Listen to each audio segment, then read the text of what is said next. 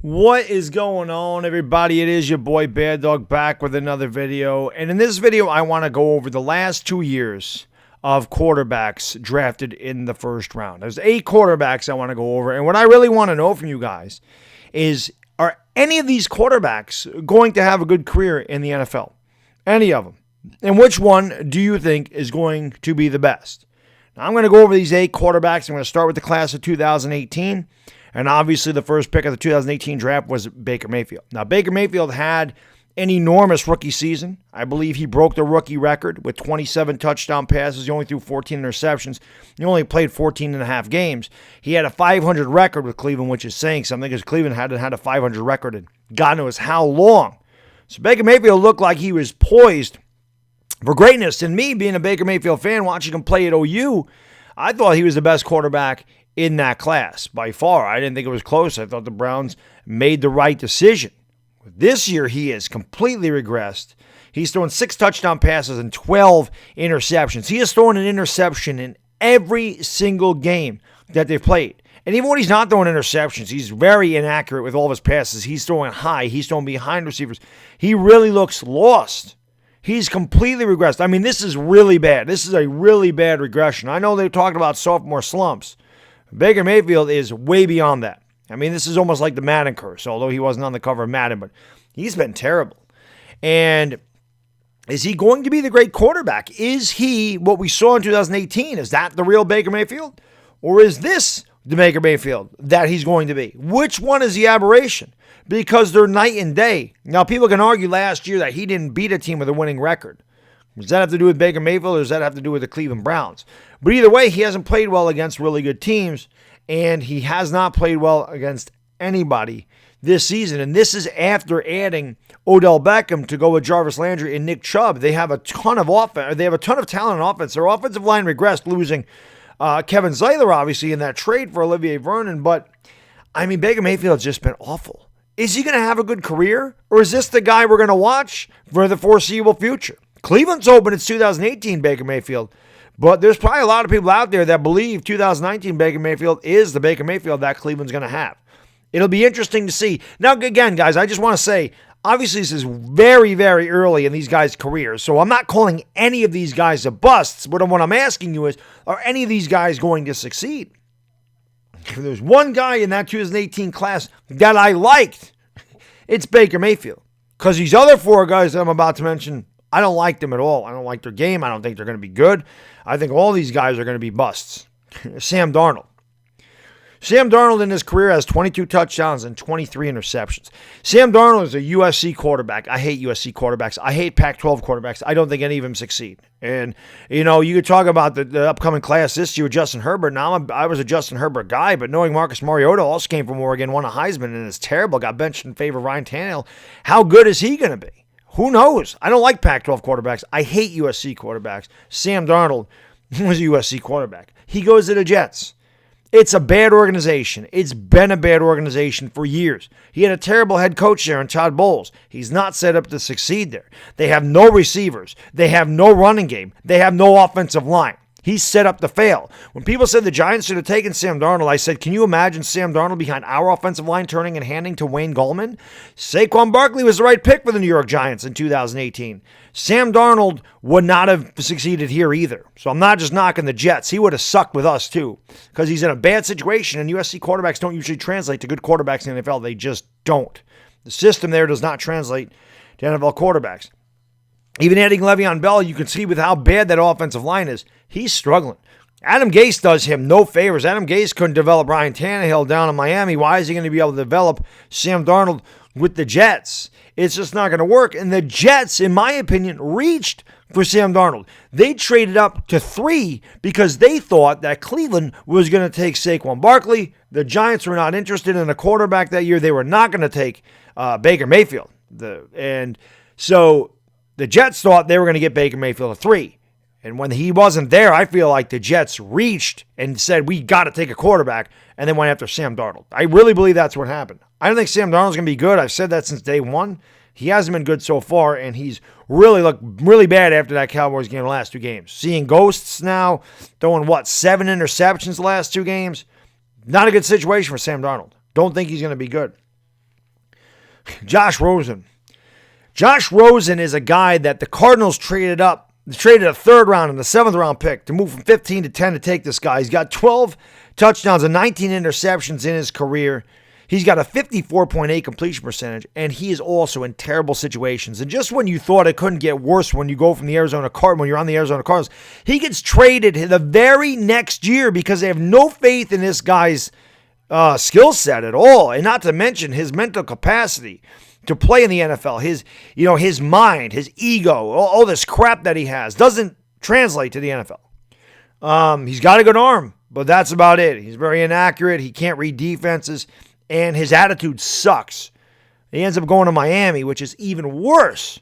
Miami trades a third-round pick in all essence to get Josh Rosen. You think that, well, they're going to build him. This is their future quarterback.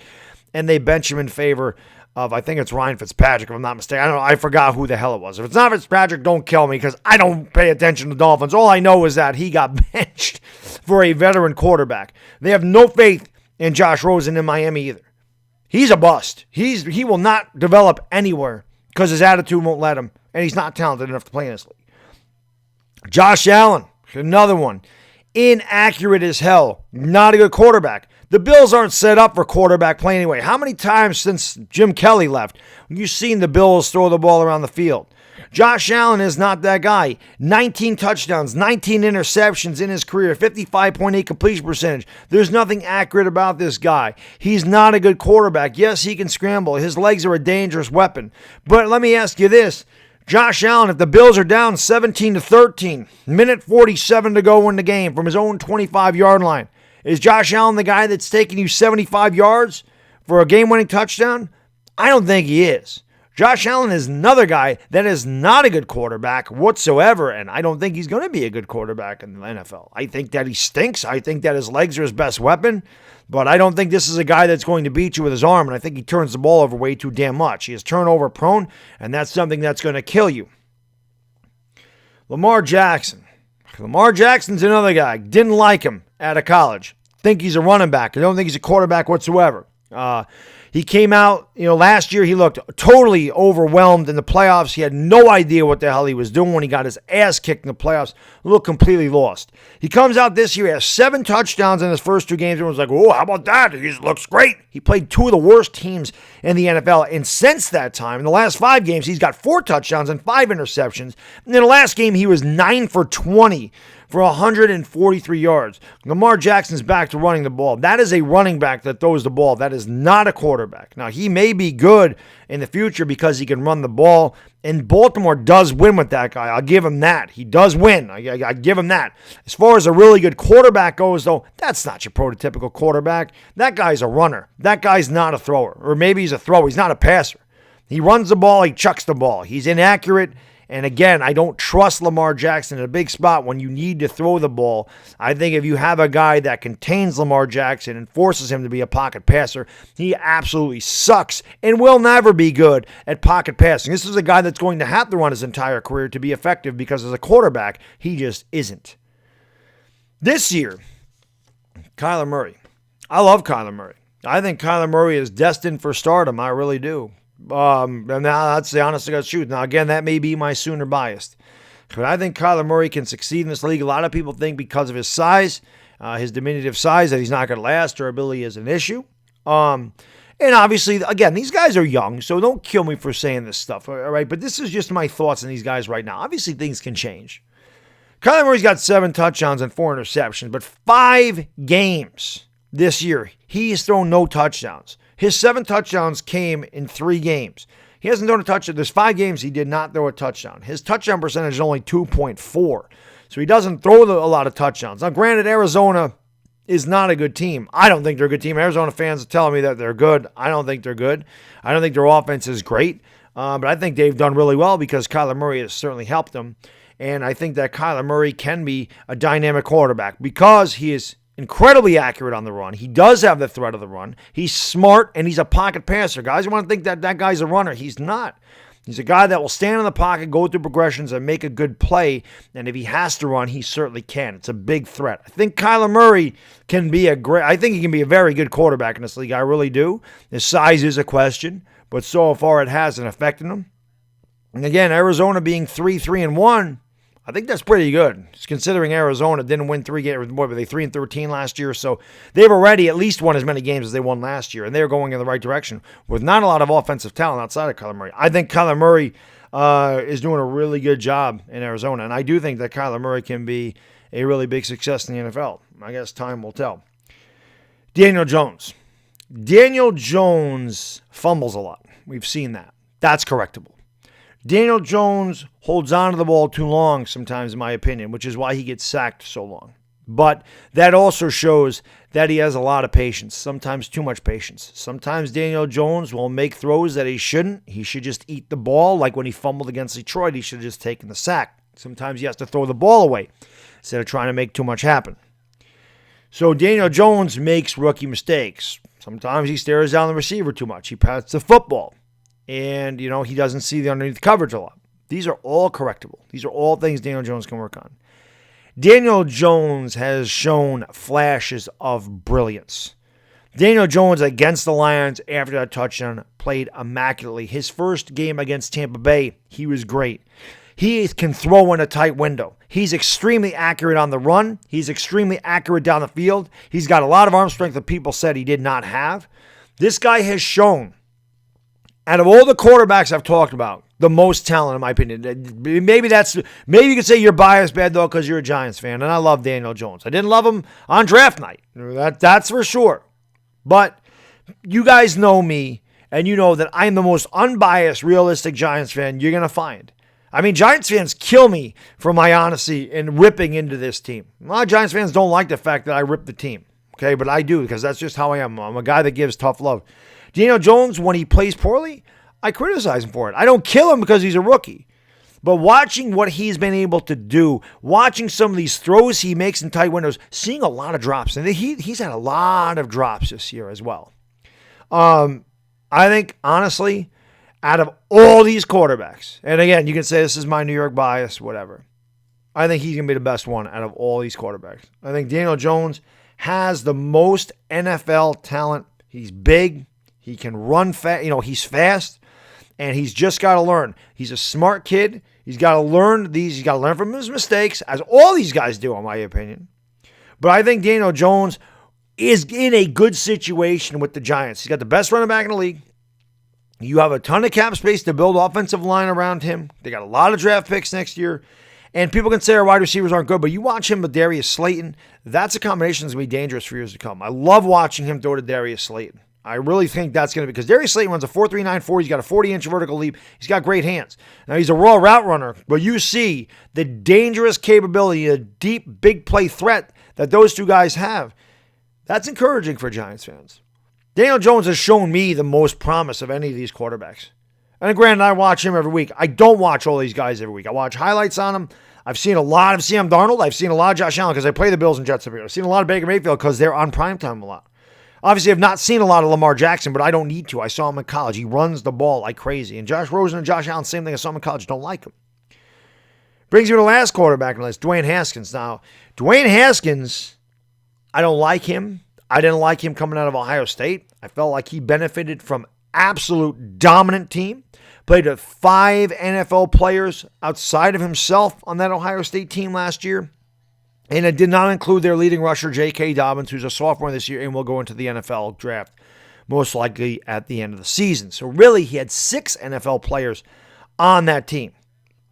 He benefited from great talent, and he checked the ball down a lot. He's bad under pressure. He's bad when you blitz him. He has a hard time reading that, and you can see in the NFL, he has really struggled. He has not thrown a touchdown. He's thrown 4 interceptions. He has an 18% interception rate. And again, Washington is a mess. They don't know what the hell they want. Coach says they didn't want him. Ownership wanted Dwayne Haskins. They argued over this. They argued over that. They say all this stuff about Dwayne Haskins. About they didn't want him. They did want him. They don't. They do.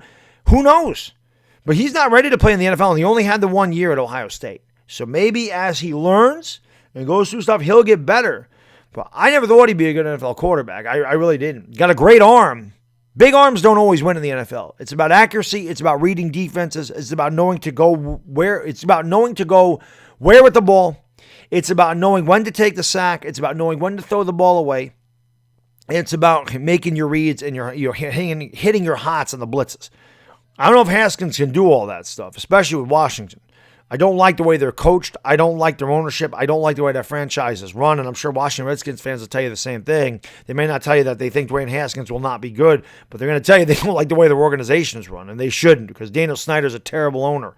But, you know, that's just my take on it. Now, I'm going to say this about Dwayne Haskins. Draft night, I had succumbed to the fact that the Giants were taking Dwayne Haskins.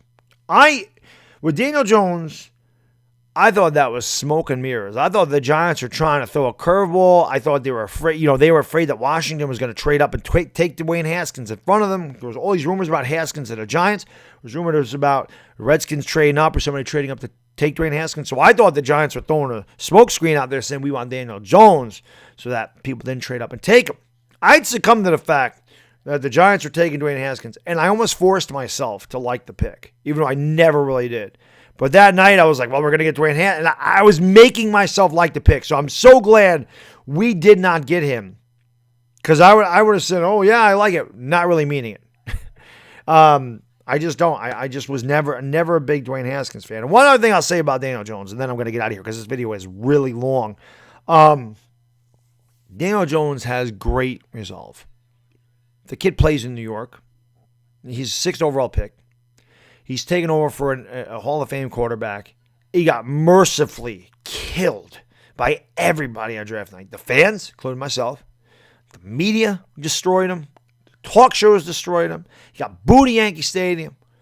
And all he did was shake it off, have an incredible preseason, come out, win his first NFL game with 4 total touchdowns. And again, he's made some mistakes, but there's a lot of talent there. I'm proud of that.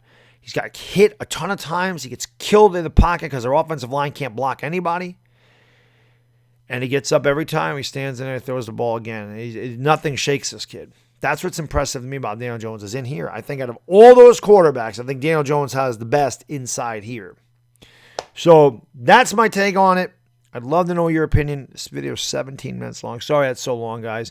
But let me know what you think in the comments section, and I'll see you next time. I got 2 more videos. I got another video coming later tonight. Not 2 more. I already did one. So until next time, guys, it's Baddog, and I am gone. Peace!